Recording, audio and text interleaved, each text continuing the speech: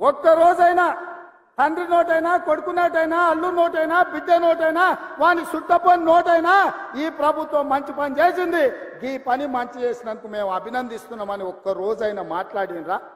పొద్దున్న లేస్తే గవే చెత్త మాటలు, సొల్లు వాగుడు.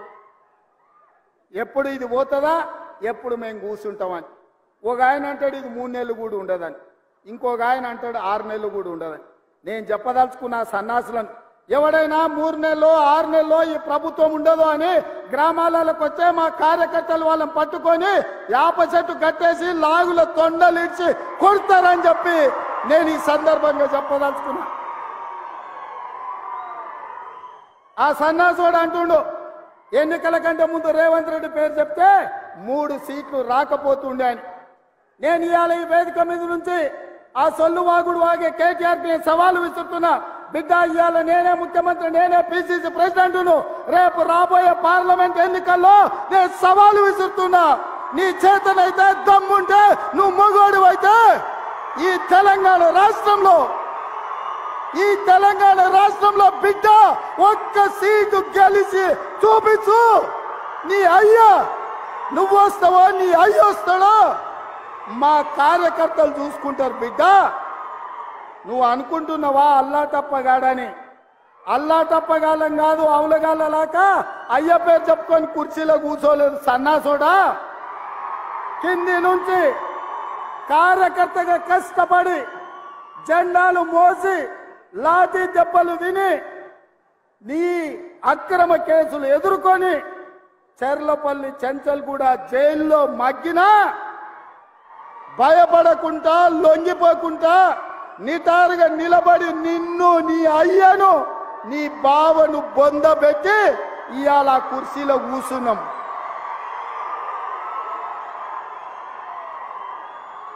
ఈ కుర్చీ ఇనాం కింద వచ్చింది కాదు, ఈ కుర్చీ అయ్య పేరు చెప్తే వచ్చింది కాదు బిడ్డ. నల్లమల్ల అడవి నుంచి తొక్కుకుంటూ వచ్చి నీలాగటో నెత్తి మీద కాలు పెట్టి తొక్కి ఆ కుర్చీలో కూర్చోబెట్టిండు మా కార్యకర్తలు. ఇవాళ కుర్చీ ఉందంటే అది మా కార్యకర్తల త్యాగం. ఇవాళ కుర్చీ ఉందంటే మా కార్యకర్తల పోరాటం. ఈ కార్యకర్తలు వీళ్ళు నాకండగా నిలబడ్డంత కాలం, నన్ను భుజాల మీద మోసినంత కాలం, నువ్వు కాదు, నిన్ను పుట్టించిన నీ అయ్య కాదు, వాళ్ళ దేవుడు వచ్చినా ఈ కుర్చీని తాకలేరని నేను ఇవాళ చెప్పదలుచుకున్నా. ఇవాళ ఆయన మాట్లాడుతుండు మేము సోషల్ మీడియా ఉంటే మేము గెలిచేటోళ్ళమని. అరే సన్నాసోడా, ఉన్న టీవీలన్నీ సుట్టపొల్లవే కదరా. మాకేమన్నా టీవీ ఉందా, మాకేమన్నా పేపర్ ఉందా? మా అయ్య చూపించుకోవడానికి ఏమన్నా టీవీ ఇచ్చిండా, రాసుకోవడానికి ఏమన్నా పేపర్ ఇచ్చిండా? సొల్లువాగుడు వాగడానికి మాకేమన్నా మైకులు ఇచ్చిండా? సాయంత్రం పూట సేద తీయడానికి జూబ్లీహిల్స్ లో సినిమా వాళ్ళ గెస్ట్ హౌస్లు ఏమన్నా మాకు ఇచ్చిండా? ఏమిచ్చిండా? మా కార్యకర్తలు కష్టపడితే, మా కార్యకర్తలు నిలబడి కొట్లాడితే మాకు ఇవాళ ఈ అధికారం వచ్చింది. ఇవాళ నువ్వు చేసే తప్పుడు పనులు మా కార్యకర్తలు సోషల్ మీడియాలో పెట్టారు. మాకు ఆ ట్యూబ్ అక్కర్లేదు, ఈ ట్యూబ్ అక్కర్లేదు, ఏ ట్యూబ్ అక్కర్లేదు. బిడ్డ, నీ ట్యూబ్ లైట్ వలగొట్టే బాధ్యత మాత్రం మేము తీసుకుంటాం. ఆయన చివరికి దివాలా చెడి యూట్యూబ్ ఛానల్ పెట్టుకుంటామంటుండు. అట్లనే కృష్ణానగర్లో ఏదైనా బ్రోకర్ దందా కూడా పెట్టుకో. అది ఇది 2 కలిస్తే బాగానే నడుస్తుంది నీ వ్యాపారం. ఇప్పటికి కూడా సిగ్గురాలే. వాళ్ళ కుటుంబం తోసుకుంటే తెలంగాణ ప్రజలు చెప్పు తీసుకొని కొట్టిండ్రు అనే సంగతి ఆయనకు అర్థం కాలే. 10 ఏళ్ళు అడవి పందుల్లాక చెరుకు తోట మీద పడి అడవి పందులు తిన్నట్టు మా వికారాబాద్ పరిధి తాండూరు ప్రాంతంలో పల్లి చేను వేసుకుంటే అడవి పందులు రాత్రిపూట చేను మీద పడితే ఆ పంట కాపాడుకోనికి మా రైతులు కరెంటు తీగలు పెట్టి కాపాడుకుంటారు. అట్లనే తెలంగాణ ప్రజలు అడవి పందుల్లాక తెలంగాణ మీద తెగమెక్కుతుంటే కరెంటు వైర్లు పెట్టి మిమ్మల్ని కరెంటు తీగలకు బలిచ్చి ఇవాళ కాంగ్రెస్ పార్టీని అధికారంలోకి తీసుకొచ్చారు. నిన్న ముఖ్యమంత్రి రేవంత్ రెడ్డి మాట్లాడతాడు, ఆయన సవాల్ విసురుతాడు. సో నేను అడుగుతా ఉన్నా, సవాల్ విసిరే అర్హత మీకుందా? గతంలో కొడంగల్లో అసెంబ్లీ ఎన్నికల్లో కొడంగల్ అసెంబ్లీ సీటుకు మీరు పోటీ చేసినప్పుడు ఆనాడు ఎమ్మెల్యేగా ఓడిపోతే రాజకీయ సన్యాసం తీసుకుంటున్నావు. ఎమ్మెల్యేగా ఓడిపోయిన వెంటనే మళ్ళీ మల్కాజ్గిరి ఎంపీకి పోటీ చేసినాం 3 నెలలు తిరగకముందే. అదేవిధంగా జిహెచ్ఎంసీ ఎన్నికల్లో మా ప్రభుత్వం వచ్చిన కొత్తలో జరిగినటువంటి జిహెచ్ఎంసీ ఎన్నికల్లో ఆనాడు బీఆర్ఎస్ పార్టీ సొంతంగా మేయర్ స్థానాన్ని కైవసం చేసుకుంటే రాజకీయ సన్యాసం అన్నావు. బీఆర్ఎస్ పార్టీ ఆనాడు 99 సీట్లు సాధించి మా మిత్రపక్షం మజ్లీస్ పార్టీతో కలుపుకొని బ్రహ్మాండంగా ఆనాడు మేము మేయర్ డిప్యూటీ మేయర్ స్థానాల్ని కైవసం చేసుకున్నాం. మళ్ళా నువ్వు మాట తప్పినావు. ఏదో ఎన్నికలలో మస్తు మాట్లాడతాం గవాన్ని పట్టించుకుంటారు, ఎన్నికల సందర్భంలో మాట్లాడే మాటలని మళ్ళా నువ్వు మాట తప్పినావు.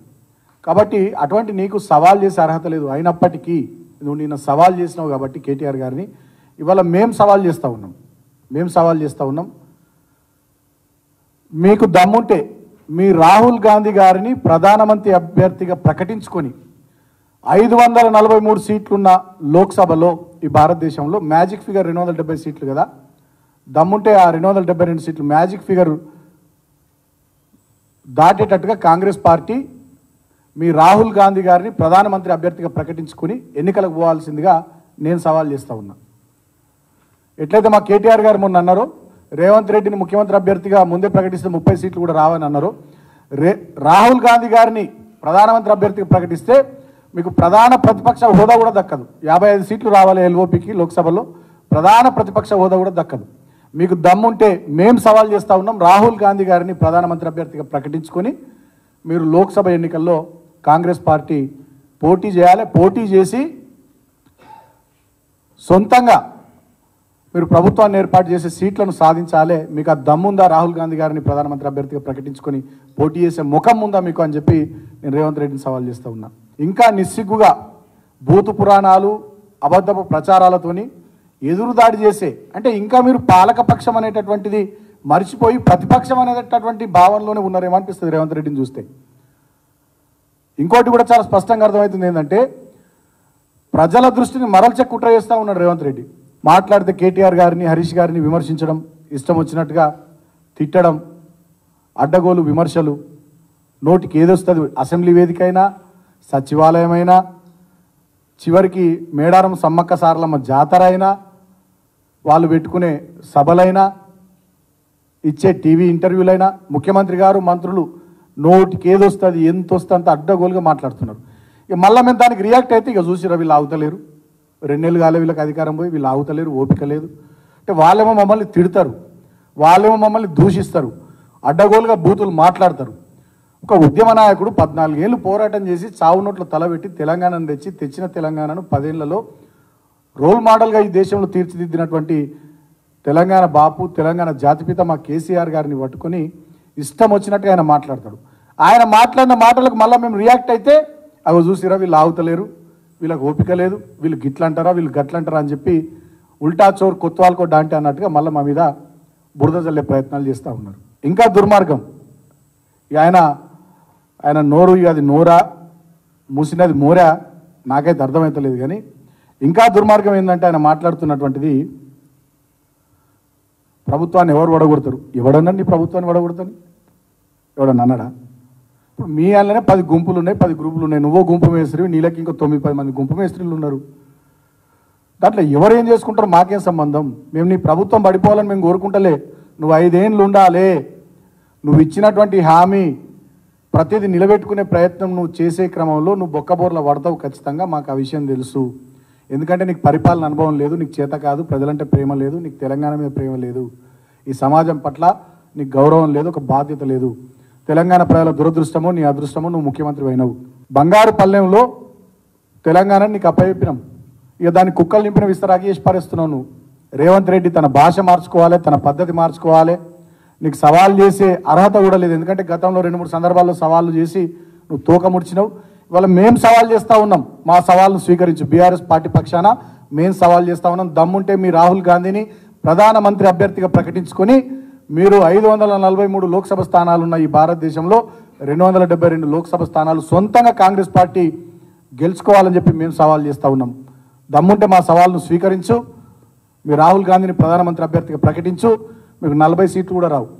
ఎట్లయితే మా కేటీఆర్ గారు చెప్పారో నిన్ను ముందే ముఖ్యమంత్రి అభ్యర్థిగా ప్రకటిస్తే 30 సీట్లు కూడా రాకపోతుందని, మీ రాహుల్ గాంధీని ప్రధానమంత్రి అభ్యర్థిగా ప్రకటిస్తే కనీసం 40 సీట్లు కూడా రావు. మీకు ఎల్ఓపి స్టేటస్ కూడా లోక్సభలో రాదు, ప్రధాన ప్రతిపక్ష హోదా కూడా మీకు దక్కదు. ఇక మీరు మా మీద సవాళ్ళు చేసి కేటీఆర్ గారిని, హరీష్ గారిని, మా నాయకుల్ని, కేసీఆర్ గారిని విమర్శిస్తే పెద్దోళ్ళని తిట్టడం ద్వారా పెద్దోళ్ళం అయిపోతాం అనుకుంటే అది మీ భ్రమ. నేను ఇంకొక హితవు కూడా పలుకుతా ఉన్నాను ముఖ్యమంత్రికి. మీరు ఇంకా ప్రతిపక్షంలో ఉన్నామనేటటువంటి భావనను వీడి మీరు పాలకపక్షము, మీరు ఒక ప్రభుత్వాన్ని నడుపుతున్నారనేటటువంటి సోయి తెచ్చుకోవాలని ముఖ్యమంత్రిని కోరుతా ఉన్నా. ఇంకా తిట్టడాలు, ఇంకా అడ్డగోలుగా ఇష్టం వచ్చినట్టుగా పరుష పదజాలంతో మాట్లాడాలి, ఇవన్నీ బంద్ చేసి పాలన మీద దృష్టి పెట్టాలని ముఖ్యమంత్రికి హితవు పలుకుతా ఉన్నా. మళ్ళీ రెచ్చగొట్టే ఉపన్యాసాలు, పరుష పదజాలంతో నాయకుల మీద దాడి, ఎవరన్నా మాట్లాడితే పోలీసు బెదిరింపులు, వేధింపులు, నీ అనుచరులతోని, నీ గూండాలతోని, నీ అల్లరి మూకలతోని వాళ్ళ మీద దాడులు చేయించి భయపెట్టేటటువంటి కుట్రలు, కుతంత్రాలు ఇవన్నీ జరుగుతూ ఉన్నాయి. వీటికి తెలంగాణ సమాజం భయపడదు. రేవంత్ రెడ్డి గుర్తుపెట్టుకో, ఆనాడే రాజశేఖర్ రెడ్డి, చంద్రబాబు నాయుడు, కిరణ్ కుమార్ రెడ్డి లాంటి వాళ్ళు ఉన్నప్పుడే తెలంగాణ సమాజం భయపడకుండా పోరాటం చేసి కేసులు, జైలు, ఇబ్బందులు ఎన్ని అయినా ఎదుర్కొని తెలంగాణ తెచ్చుకున్నది కేసీఆర్ గారి నాయకత్వంలో. ఇప్పుడు నీ ఉడత ఊపులకు, తాటాకు చప్పులకు బెదిరేటోడు, భయపడేటోడు ఎవ్వరు లేడు. నువ్వెన్ని కేసులు పెడితే అంత ప్రజల్లో తిరుగుబాటు వస్తుంది. నువ్వెంతమందిని వేధిస్తే ప్రజల్లో అంత తిరుగుబాటు వస్తుంది, అంత త్వరగా తిరుగుబాటు వస్తుంది. నువ్వెంతమందిని చంపించే ప్రయత్నాలు చేస్తే ప్రజల్లో అంత తొందరగా తిరుగుబాటు వస్తుంది. నువ్వెంతమందిని బెదిరించే ప్రయత్నాలు చేస్తే నీ పోలీసులను అడ్డం పెట్టుకొని, నీ పోలీస్ వ్యవస్థను, నీ ప్రైవేట్ గ్యాంగ్స్టర్లను అడ్డం పెట్టుకొని, అల్లరి ముక్కలను అడ్డం పెట్టుకొని నువ్వు సోషల్ మీడియా పిల్లల్ని బెదిరించినా, కేసులు పెట్టినా, అరెస్టులు చేసినా, భయభ్రాంతులకు గురి చేసినా, చంపే ప్రయత్నాలు చేసినా ఎవ్వడు కూడా భయపడు.